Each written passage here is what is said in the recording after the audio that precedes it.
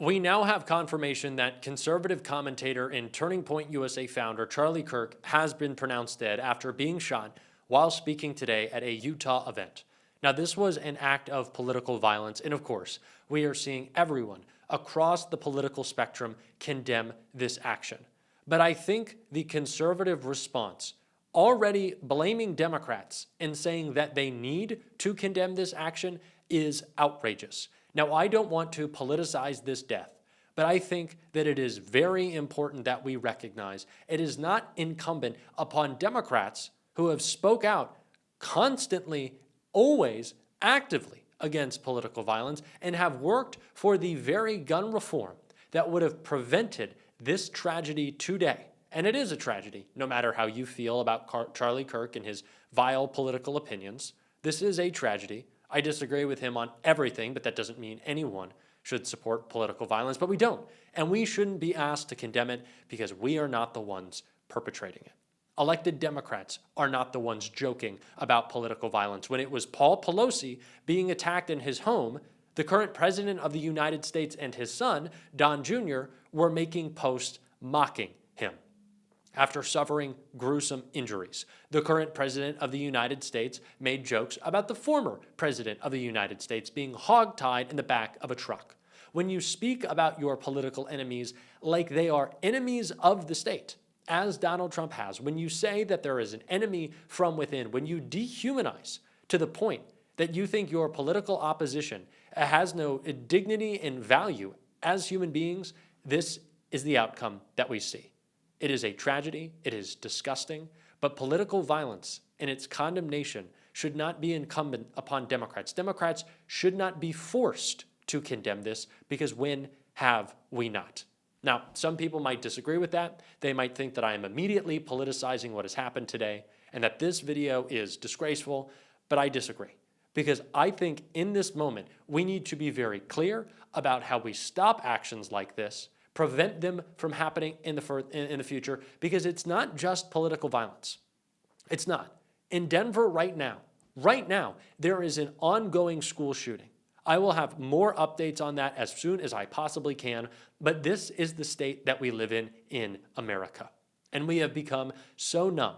Unless there is a shooting that exceeds several people, 10, 20 sometimes, losing their lives, the mainstream media gives it little to no coverage. Sometimes we, in the independent media, give it little to no coverage. But people are dying across America every single day. It is not a tragedy that we should just look over if those deaths aren't concentrated at a single time in a single place. If those deaths are not of high-profile individuals. We should care about the epidemic of gun violence because it is claiming lives. It's claiming the lives of children every single day. It is disgusting that we have gotten to this place and the rhetoric that has been used to distract us from this very issue. Again, I don't want to politicize this video. I think it was a tragedy what happened today. But I do also think it is important to note that Laura Loomer tweeted that Charlie Kirk was at this event today talking about and likely demonizing, as he has, transgender Americans. We have seen this narrative pushed on the right as of late that transgender Americans are the cause of mass shootings, that transgender Americans, the small minority that they are, their mere existence needs to be stopped is what the right pushes. They want to strip transgender Americans of their Second Amendment right, but of course they think that any minor gun control to prevent mass shootings, to prevent people from losing their lives every day, oh, that's an infringement that we can't make happen. That would be a complete crisis. That conservatives say, well, we need our guns to rise up against a tyrannical government. What if they send cops out on the streets? Well, Donald Trump has done that now, and I see conservatives praising him. What if there is a ring of wealthy elites going after our children? Remember that conspiracy, Pizzagate? Hillary and Bill Clinton? The tragedy that was? Someone's mind so riddled by MAGA world conspiracies that they bust into a pizza parlor? Well, now, the President of the United States is actively covering up his relationship with the most famous pedophile in recent American history, and conservatives say nothing. Not only do they say nothing, they say, media be quiet, that's not Donald Trump's signature. That is their defense. And if you think that I have failed in my reporting today because I am straying from the topic of Charlie Kirk, I understand why you might be upset, but I think that it is important right now to address why this happens, to talk about what leads to political violence, what leads to gun violence, the root cause. Why Americans are too distracted, purposefully, mind you, to focus and to achieve solving these issues. It is because we have a billionaire class that wants us distracted from the literal warfare that is happening across our country, because these weapons used to slaughter, they are weapons of war that should not be on our streets. And now we are seeing them carried around by Donald Trump's personal police force to intimidate us, to scare us from engaging in democracy. That is what is happening right now. Why? It's because the billionaires that Donald Trump serves, that he invites to the White House to parade around in his newly renovated, ugly rose garden, the people getting your tax dollars in the largest wealth transfer in history, they want us focused on anything else. They fund political media operations to fundamentally distract and to divide.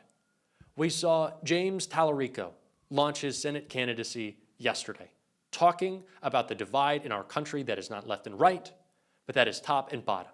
And I think it is time that we come together on an issue that I know is bipartisan and make some reform happen. I have friends who are gun owners, and what I can tell you is that the way that they speak about their guns, and I've been to a buddy's, I wouldn't call it necessarily a ranch, maybe a plot of land, practice shooting. I have seen few people talk with as much sophistication, care, and understanding that that weapon is not a toy than a gun owner.